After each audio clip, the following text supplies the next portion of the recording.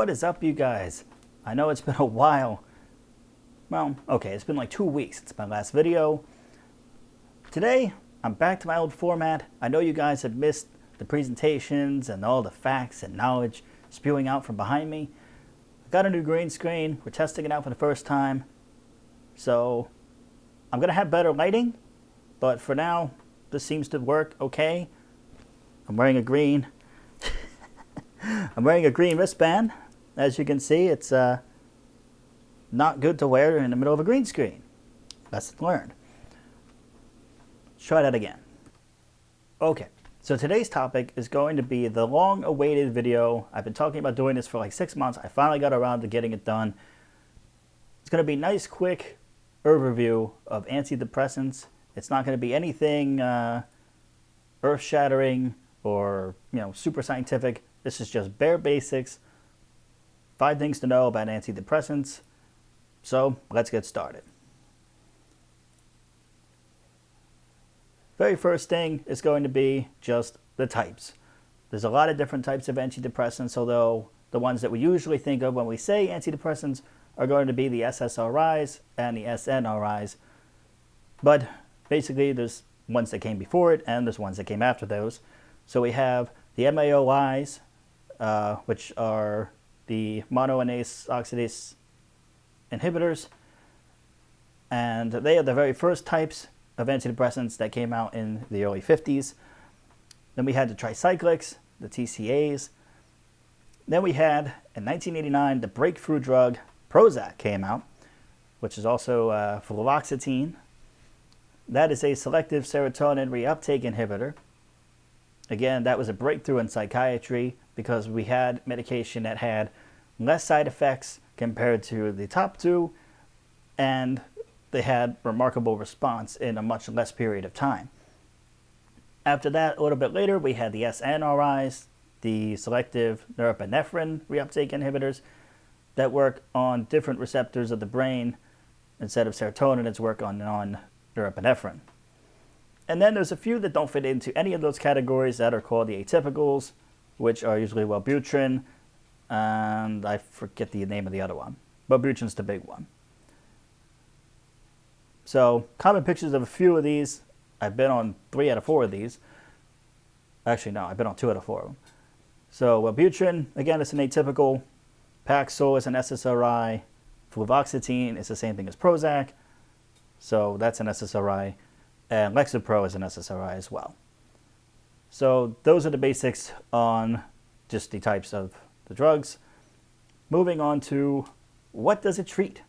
Now, I know you're going to say depression, right? You're not wrong. But there's a lot of different types of depression. So we have things that include major depressive disorder, MDD, persistent depressive disorder, as it's now called. It used to be referred to as dysthymia in previous versions of the DSM. Bipolar depression for both types 1 and 2, seasonal affective disorder, SAD, psychotic depression, and postpartum depression. Postpartum depression also apparently has a new name. It's not technically called that, but I can't remember the name of it, so that's what I put. Moving on to some of the symptoms of depression that these drugs treat. You'll recognize this from one of the previous presentation videos I did a long time ago. Basically affects sleep, interest, guilt, energy levels, concentration, appetite, psychomotor agitation, which is just a fancy way of saying movements. Your movements are slowed down, you're kind of sluggish, and your speech tends to be a lot slower, less kind of emotion in your voice. And of course, S is for suicidality and self-harm. Now, there's 2 different types of depression that I'm not really going to get into in this. Basically, there's typical and atypical. Most people, when you think of typical depression, you think of a person who...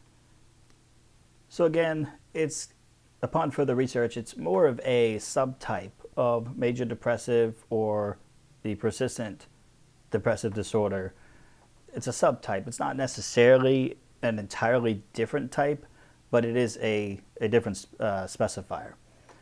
Basically, the atypical is known for having more reactivity with what's going on around you emotionally, and you also sleep a lot more than normal, and you eat a lot more than normal.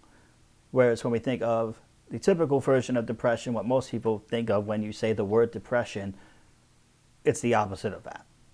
So it's a subtype. It's not an entirely different classification, but again, those are the two main formats that it can be.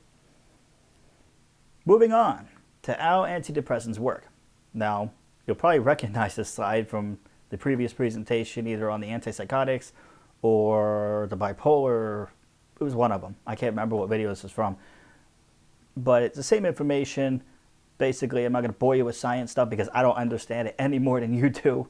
And I've been on a lot of them. But you can pause that and read that if you wanted to. Basically, it's just serotonin and dopamine and norepinephrine. They're the three main neurotransmitters that these work on. But that's the medication, pharmacology side of things that I'm not going to focus on. I'm going to keep it simple, remember? So side effects and risks, this is where things get a little bit more interesting, a little bit more serious. Like any medication, there's a lot of risks, a lot of side effects. Some are more tolerable and kind of at the beginning when you first start the medication, and they go away after 2 or 3 weeks. But there are some risk factors, in particular for antidepressants of any type, but especially the SSRIs or SNRIs. The history of bipolar disorder in a family or with the patient is a huge, huge, huge contraindication for starting treatment on any SSRI or SNRI. Even antidepressants in general, they are not to be used as a first-line treatment for any bipolar disorder treatment because they have the tendency to induce mania, which, if you remember from one of my early videos I did on the medications I've been on at the time and kind of how some of them affected me and my story as I went through them. The second drug I was on was Wellbutrin. I was on Lexapro and then Wellbutrin. So the Wellbutrin is actually what gave me my first manic episode, which is kind of weird because it's not an actual SSRI, it's an atypical, so it's a little bit less likely to do it. But like I said, all antidepressants have the propensity to possibly induce mania. So that's how I got diagnosed. And also a history of suicide attempts or suicidality in the family or with the patient is another huge risk factor that needs to be carefully considered when prescribing the medication, because when you have an increase of energy that a lot of the SSRIs and things give you if they're working on treating the depression, now you have more energy, and now you might actually try to carry out something that before might have just been an idea or an ideation in your head. So that's another thing that a doctor would have to carefully consider. So assuming that you clear the risk factors, they're not really that big of a concern, or they're not a concern at all. Some of the other side effects that you might incur, especially with really any of these SSRIs or any of the antidepressants in general: weight gain, sexual dysfunction, appetite increase, fatigue, insomnia, dry mouth, agitation, anxiety increasing, nausea, and the big one, emotional blunting. What in the world is emotional blunting, you say? That is probably one of the most common ones, other than the sexual dysfunction, that most people complain about or stop taking their medication altogether, or they try to switch to something else. The emotional blunting is a big problem with the SSRIs because it basically turns you into a emotionless zombie. That's right, an emotional walking zombie. It might sound fun for about 5 minutes, but when you go from feeling super depressed all the time, and that's kind of your normal, that's what you're used to, emotional blunting is not a sign of the medication working. It's a sign of a serious side effect that, is not ideal for anyone. You basically don't experience pleasure in any capacity doing anything. So really, it's kind of like your anhedonia becomes even worse than it already was. So if you experience that on any antidepressants or SSRI, again, something to talk to your doctor about and change to something else that hopefully will work better than that.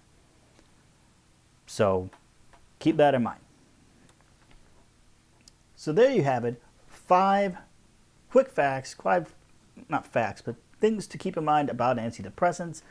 in conclusion, a few things that I just want to quickly kind of cover that aren't really part of the main points. Basically, we learned antidepressants are used usually in conjunction with psychotherapy for the treatment of various depressive disorders. Antidepressants are not usually prescribed alone without talk therapy of some sort. So that's usually how it's done. Antidepressants obviously come with a lot of risk factors and contraindications that would indicate that other types of medications would probably work better per the previous slide. And of course, the big one, do not stop taking any prescribed medication without talking to your doctor. You can go through all sorts of withdrawal symptoms or even worsening or rebounding symptoms of depression, anxiety, and all of these other things that obviously are not fun. So hopefully you enjoyed the video. Hopefully you learned something. If you did, leave a comment what you learned or what surprised you about antidepressants. Again, it's a quick overview. It's nothing too complicated because I'm not complicated. And I don't want to complicate things for anyone else that's watching. So just a quick video, some things to keep in mind. And I will see you in the next video here on Mental Health Topics with Matt.